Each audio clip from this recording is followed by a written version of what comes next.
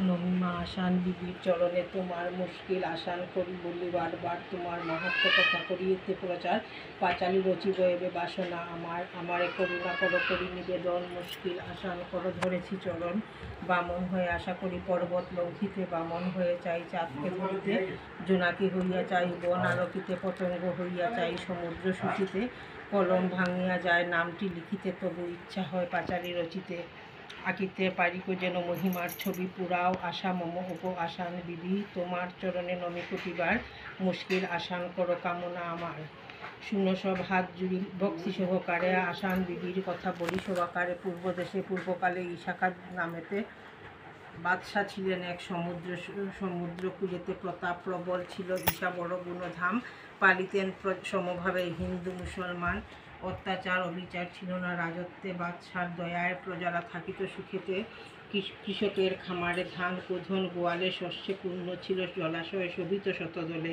প্রাসাদে কুটির সবে সুখে ঘুমায় রাজার শাসনের গুণে ছিল না ভয় শতবর্ষ পূর্বে কিন্তু ছিল না এমন আরাকানি দস্যুরা আসিত তখন জনপদ বাসীর ছিল সশঙ্ক জীবন নিশ্চিন্তে যাইত না নিদ্রা কভু জনগণ ধান্যক্ষেত্র গোধন আদি ধনির প্রাসাদ বাদশার অন্তঃপুর যেতনা কোবাদ অত্যাচারী দস্যুদল আসিত যখন ধনরত্ন স্ত্রীকন্যা করিত লুণ্ঠন সেই হতে ভীষণ রীতি রাজগৃহে হল কন্যা জন্মিলে তার শির কাটি ফেল বন্য জন্তু কিংবা সমুদ্রের সলিলে জন্মমাত্র বিসর্জন করিবে সকলে রাজকুল মর্যাদা রক্ষার কারণ বর্বর এই প্রথার হইল প্রচলন দরবারি আর অন্য ধনীজন ক্রমে সবে এই নীতি করিল পালন রাজ্য মধ্যে কন্যা হত্যা চলিতে লাগিল আসান বিবির বুকে দারুণ বাজিল তাই এই হত্যা পাপ নিবারিতে দেখালেন নিজ লীলার শুনো ভক্তিচিতে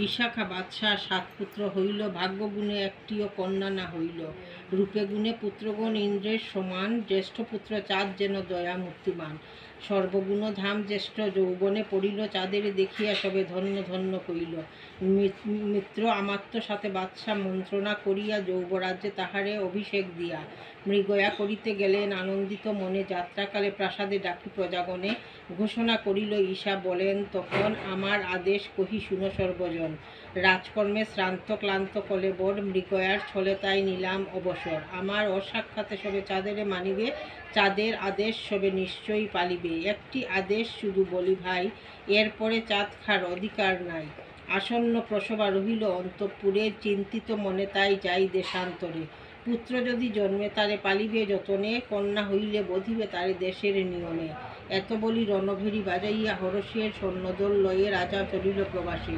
কোথা মৃগমাংসের সাহায্যে কেমন বিশ্রামের ফাঁকে ফাঁকে অবশ্য ভ্রমণ নিশার স্বপন মম সকলই ফুরালো অরণ্য মাঝে বন্য জাতি যুদ্ধ আরম্ভিল মাকড়সার জালের মতো ঘেরিয়া রাজায় বন হতে বনান্তরে লইয়া যায় দুর্ভেদ্য অরণ্য দুর্গে তারা বাস করে বাদশার শিক্ষিত সেনা একে একে মরে তাহাদের শোনে রাজা যুজি অবিরত আপনি হইলেন ক্লান্ত সৈন্যদল হত কোনো মতে প্রাণ বাঁচায় ফলমূল খেয়ে মুশকিলে কাটায় দিন আল্লাহরে স্মরিয়ে বনমধ্যে কাটিল তার 12 বৎসর দেশে কি হইল সবে শুনো এরপর বাদশাহ করিলে যাত্রা দিনেকের পরে সিংহাসনে বসি রাজার নিজ কার্য করে হেনকালে রাজধাত্রী দরবারে আসিল কাঁদিতে কাঁদিতে সে নিবেদন করিল জন্মিয়াছে এক কন্যা গোলাপ সমান কন্যা জন্ম শুনি রানী হয়েছে অজ্ঞান শুনোমাত্র একসাথে কলবর হয় কথা কন্যা দাও দাও নাহি কোনো ভয় আমরা প্রভুর আদেশ নিশ্চিত পালিব এখনই কন্যারে লয়ে সমুদ্রে ফেলিব সিংহাসন হতে চাঁদ উঠিয়া দাঁড়াইল উচ্চকণ্ঠে সবাকার পানে হাঁকিয়া বলিল শান্ত হন অহে মুনিবর সদ্যজাত শিশু হননে কেন উল্লাসন আমার ভগিনী এই শিশু কন্যাটির কেশাগ্র স্পর্শিবে যে লবতার শির নিস্তব্ধ হইল সবা আদেশ শুনিয়া নিজের অধিকার গেছ কি বলিয়া নীরবতা ভাঙ্গি বলে আমত্ত প্রধান ভুলি নাই কোনো কথা ওহে বুদ্ধিমান অধিকার লঙ্ঘিলাম নিজ বুদ্ধি বলে শিরপাতি সাজানে নিব পিতা ঘরে এলে এত বলি চাঁদ চলে জননীর পাশে মায়েরে কাঁদিতে দেখি বলে মিষ্ট ভাষে কেঁদো না মা মুছো আখি জল চেয়ে দেখো শিশু যেন সোনার কোমল কাঁদিও না এরে আমি পালিব যতনে, শিহরি জননী চাহে নিজ পুত্র মুখপানে। হায় রে মায়ের প্রাণ বহু দ্বিধা জাগে, শিশুর রহিলে প্রাণ পুত্র দোষ লাগে। দোষযুক্ত হবে পুত্র যদি কন্যা রাখে, বারবার ভাবে কারে দিয়া কারে রাখে। দ্বিধান্বিত নিজ মাতারে দেখিয়া, আজ্ঞা দিল সবারে উৎস পূজ্যাপিয়া। 7 দিন নৃত্যগীত হোক এ মহলে, শিরিন রাখিনু নাম শুনহ সকলে। ইহার লইও যতন সদা সর্বজনে, কন্যা হত্যা পাপ মুক্ত বংশ হইল এতদিনে। আনন্দিত হয়ে মাতা কন্যারে কুলে নিল, মুশকিল আসান হোক চিন্তিতে লাগিল। মহলে আদেশী চাঁদ আইল সভাতে, বলিল আমত্তদের সাথে মন্ত্রণা করিতে। বসিল আমত্তদের সাথে মন্ত্রণা করিতে। কেহ বলে বেশ কাজ করেছ কুমার, রাজাজ্ঞা লঙ্ঘিয়া নিলে অপরাধ ভার। হেনমতে নানা কথা হয় সভা মাঝে, শুনেও শুনে না চাঁদ নিজ ব্যস্ত কাজে। দেখিতে দেখিতে কাটিল 12টি বছর, বাদশাহ বনমধ্যে পথ পায় অতঃপর। ঘুরিতে ঘুরিতে শেষে আইলেন দেশে, দেখা মাত্র প্রজারা চেনে ছিন্ন বেশে। অতি দ্রুত সেই বার্তা রটে চারিধারে, দর্শনার্থী প্রজারা আইল কাতারে কাতারে। শুনামাত্র মাতাগণে প্রমাদ ভীষণ, হরষে বিষাদপূর্ণ হয় দুনয়ন। স্বামী আইলেন ঘরে আনন্দ অপার, কিন্তু কন্যার কি হবে জানা নাই তার। বাদশাহ ক্রোধী অতি কি করেন না জানি, পুত্র কন্যা কাহারে বধিবেন পরাণী। এইরূপে নানা চিন্তা করিছেন মনে, মুশকিল আসান এবার হইবে কেমনে। দুঃখ সুখ রোগ সুখ চিন্তা ভাবনায়, সময়ে কাটিতে কবু বিলম্ব না হয়। 2 দণ্ড বেলা হয় প্রভাত সময়, বাদশাহ নিজ প্রাসাদে হন যে উদয়। পুত্রগণ আগুবাড়ি পিতারে আনিল, মাতা কন্যা দুজনে লুকাইয়া রহিল। মহলে ঢুকিতে বাদশাহ দেখিতে যে পায়, 8 জোড়া জুতা যেন রয়েছে তথায়। 7 জোড়া পুরুষের পাদুকা কঠিন, 1 জোড়া মেয়ে জুতা রঙেতে রঙিন। আশ্চর্য হইয়া রাজা ভাবেন মনে মনে, বেগমের জুতা এত ছোট নহে যে কারণে। এ জুতার অধিকারী বালিকা কিশোরী, কিন্তু কে সে কিশোরী বুঝিতে যে নারী। নিশ্চয় জন্মেছে কন্যা, তাই মায়ে ঝিয়ে প্রাণভয়ে কোথাও রয়েছে লুকায়ে। এইরূপে নানা কথা চিন্তিতে চিন্তিতে, কাহার এ পাদুকা জিজ্ঞাসে আচম্বিতে। ভয়েতে কাহারও মুখে বাক্য নাহি সরে, কিবা দিবে জবাব সব কাঁপে থরথরে। উত্তর দিতে চাঁদ এবার সম্মুখে আইল, করজুড়ে পিতার কাছে মিনতি করিল। ক্ষমা করো পিতা মোর অপরাধ ঘোর, তব আদেশ না পালি করেছি অপার অনাচার। বিষম বাজিল প্রাণে কন্যা হত্যা পাপ, তাই আমি বহি শিরে বংশ অভিশাপ। যথা ইচ্ছা শাস্তি দাও বিদ্বেষী সন্তানে, অবাধ্য হয়েছি আমি ভগিনীর কারণে। রক্তচক্ষে ইশাকা তরবারি টানি, কথা সে পাপিষ্ঠা তার বধিব পরাণী। নির্ভয়ে উত্তরিল চাঁদ দেখি অনাচার, করিলাম দোষ আমি সাজালবে ভগিনী আমার। আমার আদেশ পালিনি তব না বধি তাহারে, উহার কি দোষ এবার বুঝাও আমারে। অন্যায় করেছি আমি সাজা দাও মোরে, অবিচার করিও না ন্যায়দণ্ড ধরে। আমারে বধিয়া আগে যাহা ইচ্ছা করো, আপনার অসি দিয়া বলে পিতা ধরো। পুত্রের বিনয় দেখি বিমুগ্ধ হইল, শিরিন ছুটিয়া আসি চরণে আসিল। বেগম আড়াল হতে সম্মুখে আসি, পুত্রকন্যার প্রাণ চায় আখি জলে ভাসি। মিনতি করিয়া কন্যা ধরিল চরণ, আমারে বধিয়া দেহ দাদার জীবন। দীর্ঘদিন পরে ঈশা ফিরিছে ঘরেতে, সকলের অনুরোধ না পারে এড়াতে। বিশেষ কন্যার মুখ দেখিল যখন, কোন মুখে বধি এরে করিল চিন্তন। দেবতা পূজার ফুল কি হেতু ছিঁড়িব, কেন এ নিষ্পাপ কন্যা অকালে বধিব। এইরূপে নানা কথা করিয়া চিন্তন, পত্নী কন্যা অশ্রুজলে নিভিল আগুন। ক্ষমা করি মৃত্যুদণ্ড নির্বাসন দিল, আগুন নিভিয়া শুধু ছাই রয়ে গেল। চলিতে চলিতে পৌঁছে গেল দূর বনে, রচিল এক কুটির মিলি 2 জনে। মনুষ্য বসশূন্য বন অতি গভীর, মালতী লতায় ঘেরা সুন্দর কুটির। কোনো মতে সেথা 2 জনে দিনগুলি কাটে, মণিমুক্তা অলঙ্কার যা ছিল নিকটে। সবই হইল শেষ অর্থের আশায়, চাকুরি করিতে চাঁদ সৈন্যদলে যায়। সামন্ত রাজার সৈন্যদলে সেনাধ্যক্ষ হয়, উপার্জন করি চাঁদ অতি সুখে রয়। সহসা আদেশ হইল লইয়া সেনাগণ, দূরদেশে হবে যেতে যুদ্ধের কারণ। আদেশ লোভিয়া চাঁদ ভাবে চিন্তিত মনে, ভগিনীরে একা আমি রাখিব কেমনে। 7টি মুনিয়া পাখি আনিল কিনিয়া, এরা হইল তব সাথী কহে শিরিনে ডাকিয়া। কহিল পাখিগুলি পালিও যতনে, ইহারা বাঁচিলে মোর শুভ যেন মনে মনে। পাখিরা মরিলে মোর মৃত্যু হবে জানি, না ভুলিও কোনোদিন দিতে দানা পানি। অনেক কথা বুঝাইয়া সান্ত্বনা দিয়া, বিদেশে গেল চাঁদ সৈন্যদল লইয়া। বহুদিন গত হল বহু মাস গেল বছর, ঘুরিল তবু চাঁদ না আসিল। ভ্রাতার চিন্তায় শিরিন আকুল অন্তরে, মুনিয়ার খাঁচাটি দেখে মনের অন্তরে। দৈবযুগে একদিন খেলিতে খেলিতে শিরিন ভুলিয়া গেল দানা পানি দিতে। প্রভাতে উঠিয়া দেখে খাঁচার ভিতর 7টি মুনিয়াই রয়েছে সব মরে। মুনিয়ার মৃত্যু দেখি অতিভীত মনে, কাঁদিতে লাগিল সে অকল্যাণ জেনে। ফুকারি কাঁদিছে শিরিন ভ্রাতার কারণে, চাঁদের খবর আমি লভিব কেমনে। একাকী কাঁদিছে সে কুটির ভিতরে, কে দিবে সান্ত্বনা কেহ নাই ঘরে। আসান বিবির দয়া উপজিল তারপরে, বৃদ্ধাবেশে আইলেন কন্যার কুটিরে। নিকটে আসিয়া তিনি অতি স্নেহ ভরে, রাখিয়া মাথায় হাত জিজ্ঞাসে কন্যারে, কেন তুমি কাঁদো এবে কিসের লাগিয়া, উপায় করিতে পারি কি বিপদ শুনিয়া। স্নেহের কমল পরশে মাতৃসম জানি, জননীর স্নেহ আরা ব্যথিত পরাণী। আপন জীবন কথা সবই বলিল, যুদ্ধে গিয়েছে ভাই ঘরে না ফিরিল।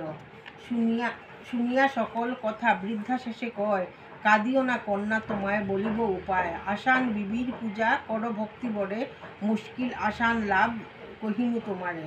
আকুল শিরিন বলে, বল দয়া করে কেমনে হবে সে পূজা, কি কি উপাচারে। কহিতে থাকেন বৃদ্ধা, শুনো কেমনে পুজিবে। সোয়াশের ছোলা ভাজা আর গুড় নিবে, উপবাসী থাকিয়া ব্রতী চাদর পাতিয়া, রুমালে রাখিবে গট গোয়া পান দিয়া। গোবরের বাটি করি রাখিও তথায়, এওদের লাগি রেখো সিঁদুর তথায়। 7টি মাটির ঢেলা দিবে ঘরটি ঘেরিয়া, আসান বিবির স্থান রাখিও রচিয়া। ব্রতী সাথে এওলয়ে আরো 7 জন, ছোলা গুড় কচরেতে নিবে 8 জন। ঘটেতে সিঁদুর জল দিবে সর্বজন, আসান বিবির কথা বলিও তখন। কন্যা বলে, ব্রত কথা বলো দয়া করে, তোমারই জীবন কথা বলিও সবারে। কথা শেষে 7 জন নিচকোল হতে, খানিক ছোলা গুড় দিবে ব্রতীর কোলেতে। সব শেষে ঘটের জল ছিটাইয়া দিবে, মুশকিল আসান হলো প্রত্যেকে বলিবে। জল দিও সর্বস্থানে জানিও হইবে মঙ্গল, মুনিয়া বাঁচিয়া যাবে পেয়ে ঘট জল। রেশমি রুমালে করিবে বিবির আসন, ভগবতী জানিয়ের পূজিও চরণ। আর কিছু জিজ্ঞাসিবার আছে কি তোমার, পূজা করো মঙ্গল হবে কহিলাম সার। কাঁদিয়া কহিল কন্যা, বলো গো জননী, কোথা পাবো গ্রাম আমি নাহি জানি। কোথায় মিলিবে ছোলা গুড় এও 7 জন, কেমনে পুজিব বিবিরে করিয়া যতন। বৃদ্ধা কন ভাবিও না দেবীর কৃপায়, সকলই পাইবে তুমি ওই পাকুর তলায়। পূজাবিধি বলিয়া বৃদ্ধা চলিল বাহিরে, অন্তর্ধ্যান হইল ক্ষণকাল পরে। ভরসা পাইয়া শিরিন উঠিল তখন, পাকুর তলায় দেখিল এও 7 জন। গোড়ছোলা পাইবার না দেখি উপায়, করুণ নয়নে শুধু ইতিউতি চায়। সহসা শুনিল সে বাদ্যভাণ্ড রোলে, বর নিয়ে বরযাত্রী সেই পথে চলে। তাদের ডাকিয়া করে বহু অনুনয়, গোড়ছোলা দাও কিনে লাগিবে পূজায়। শুনিল না কোনো কথা বরযাত্রীগণ, বিবাহ দেখিতে তারা চলিছে তখন। শিরিনের অনুনয় উপেক্ষা করিয়া তাহারা চলিয়া গেল কথা না কহিয়া।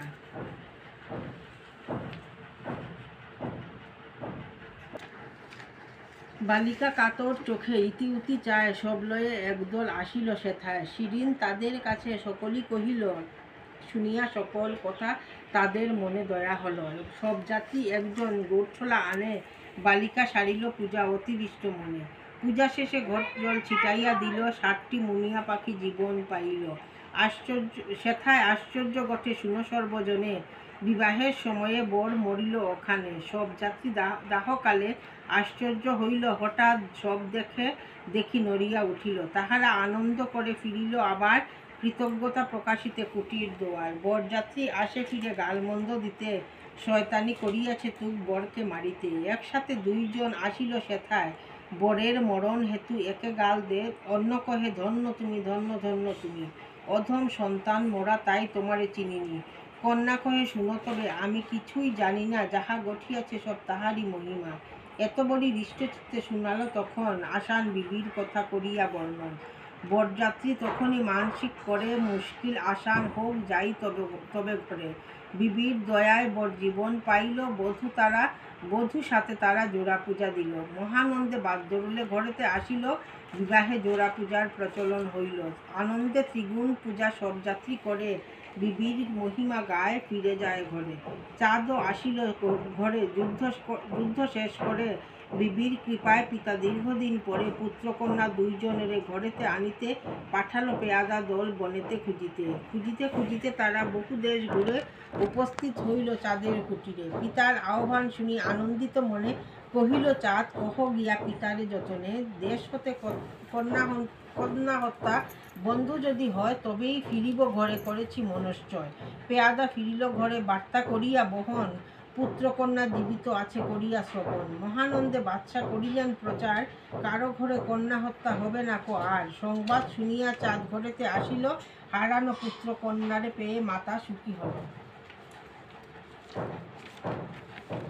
আসান বিবির পূজা হয় প্রতি ঘরে, তাহারি প্রসঙ্গ শুনি ভক্তি সহকারে। জীবন সংকটে যদি স্মর ইহারে, নিশ্চয় পাইবে উদ্ধার কহি সবাকারে। ঋণী হয় ঋণমুক্ত হয় মকদ্দমা জয়, দরিদ্র ধনী হয় কহি সুনিশ্চয়। বন্ধা নারী পুত্র লভে অন্ধ নয়ন, রোগীর হয় রোগমুক্তি খঞ্জের চরণ। বেকার পাইবে চাকরি বিবির দয়ায়, প্রসূতির প্রসবকালে সুপ্রসব হয়, পরীক্ষা সফল হয় মৃত্যুযুগ কাটে।